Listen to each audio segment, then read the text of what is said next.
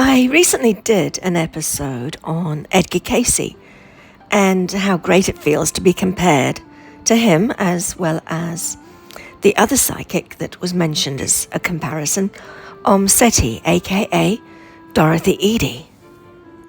She was an Englishwoman who, after a near-death experience, could remember a previous life in Egypt. Omm Sety, which is what she became known as, remembered a life in a temple in Abydos. Her detailed knowledge of ancient Egyptian customs and the layout of the buildings was truly impressive, and she is reputed to have, on several occasions, assisted Egyptologists with some very impressive findings. Later in life, Omm Sety chose to live in Egypt, close to the temple she remembered so fondly. The temple was erected by Sety I in Abydos, and here is a little map of the temple, which I took the photo when I was in Abydos.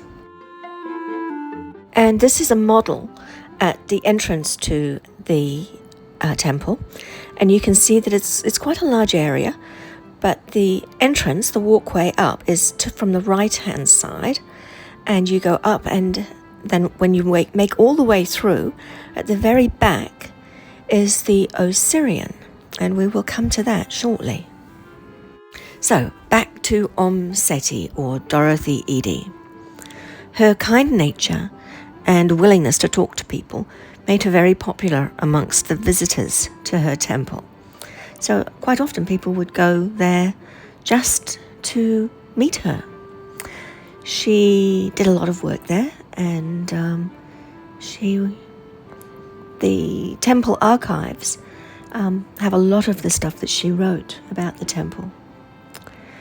She loved cats, and she had several cats in her home, and she often had dreams of her previous life, and she kept a journal of the dreams.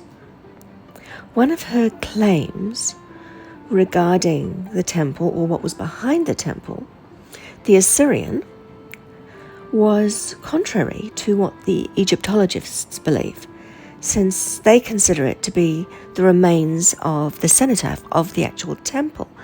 But she said that it was never built by Sety at all, but it dates back to a much earlier epoch. She also said that the Great Sphinx of Giza was around much longer, and way before the date given by the Egyptologists. They gave a date of circa 2500 BCE. So what she was saying about those two is actually very, very similar to what I've seen in my dream regressions and what I've been saying as well. There are other similarities. I too am of English origin. I didn't, however, have a near-death experience in order to remember, that I know of actually. But I have remembered my dream regressions all my life. And it's interesting because it's like the dreams bring lost memories to the surface. And she too had dreams that were like that she had the dream and it was like a memory of her past life. So this too is very similar. I too have dreamed of Egypt, but Egypt was not a dominant location in my dreams. My dreams mainly focused on a place called Tantal, which I assumed to be Atlantis. Omm Sety said about her previous life that she actually died as a teenager by her own hand because of her great love for Sety I, and she wrote much about her experiences in this respect. In my past life, I spent time in ancient Egypt, long before the deluge, through to the time of Akhenaten. So throughout my dream regressions, I've seen considerable change to Kem, or ancient Egypt, during that time. My timeline puts my death in Egypt before her birth.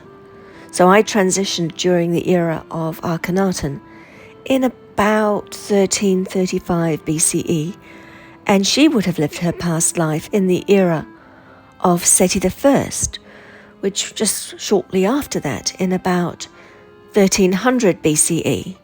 So we did not overlap. During my visit to Abydos recently, I too concluded that the Assyrian was not a dynastic building, but came from the much earlier period of my people. To me, it was the lowest level of a multi-story building, the design of which I've seen many times in my dream regressions. The Sphinx temple is also of the same basic design that I've seen before. As, of course, I too have dreams of the Sphinx, and I too put it in a much earlier time frame. So if you want to find out about that, I've done some very detailed episodes on this. Back to Omm Sety. She led the Egyptologists to various locations to dig for things that they would not otherwise have found. I too, based on my dreams, have found things in Egypt. I found some organic matter in the Serapeum. And I found what I believe to be the location of a yellow pyramid obelisk on Giza. I also found a stone finger in Tanis, by accident, not by dream. And I found a megalithic site just outside of Luxor, and it was off the beaten track. It was known to Egyptologists, but it wasn't known to any of the tourist guides. I've already done episodes on 2 of those things that I found while I was in Egypt, and the 2 remaining are going to take me a while to document because they're quite a big subject matter, but they are coming. As for my perspective on Egypt, I have historic explanations for these places that differ greatly to the views of the Egyptologists. My dream regressions have placed me at the range of eras for Egypt, from the time that it was first set up as a university called Kem, through to the building of the pyramids, the deluge, the various stages of trying to get humanity back on its feet again, and when the dynastic Egyptians started to take over the sites that we'd abandoned.